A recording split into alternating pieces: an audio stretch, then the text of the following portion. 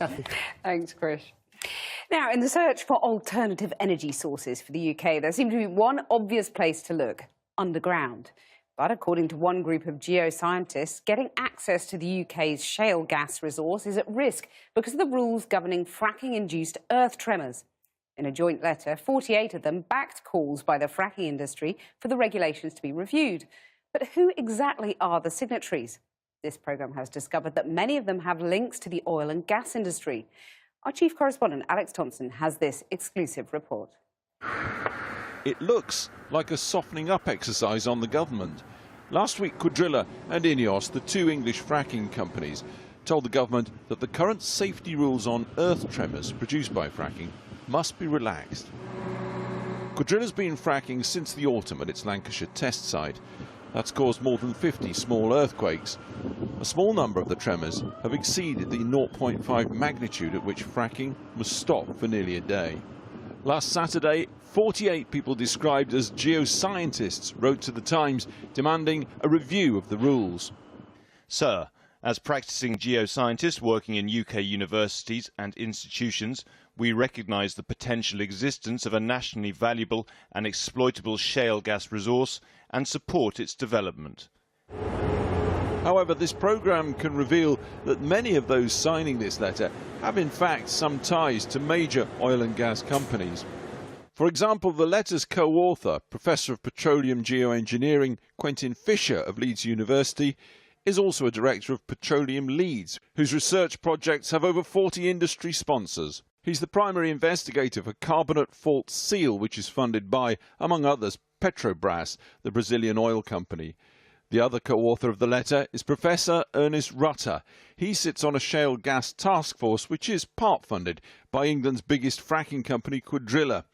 His department at Manchester University, like many, accepts PhD funding from major oil companies. In Manchester, Professor Rutter said he hasn't spoken to Quadrilla for 2 years. He's not paid directly or influenced by any energy company, he said. Why wasn't that interest declared openly in the letter? It didn't seem to be necessary to do so. As you said, if you look at the CVs, then you can come to the conclusion that there is interface. But of course, you expect people who have worked with oil and gas companies to be the ones who are likely to know best what the situation is. And remember, all that we're doing is asking for a review. But it's not just the two co-authors whose oil and gas connections weren't declared in the letter. Many of the 48 who signed it have industry connections.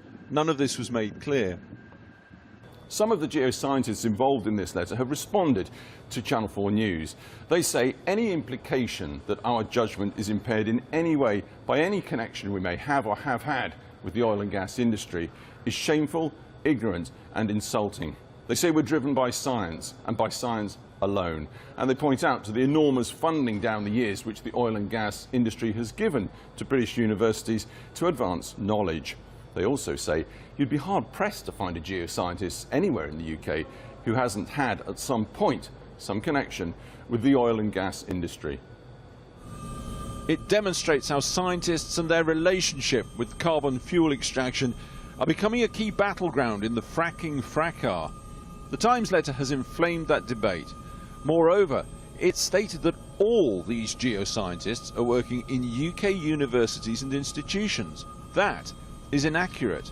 For example, John Bezic is director of PR Marriott Drilling Limited, part of the largest deep onshore drilling company in the UK. Chris A. Smith works for the Dutch firm Fugro, which services the oil and gas industry. And this morning, the other co-author of the letter, Professor Quentin Fisher of Leeds University, admitted to us there are a very small number of people who haven't had an academic position who signed the letter. The scientists say, yes, they made honest admissions in their letter, but they say any suggestion of intentional wrongdoing is false, as the place of science and scientists in this heated debate on fracking goes centre stage.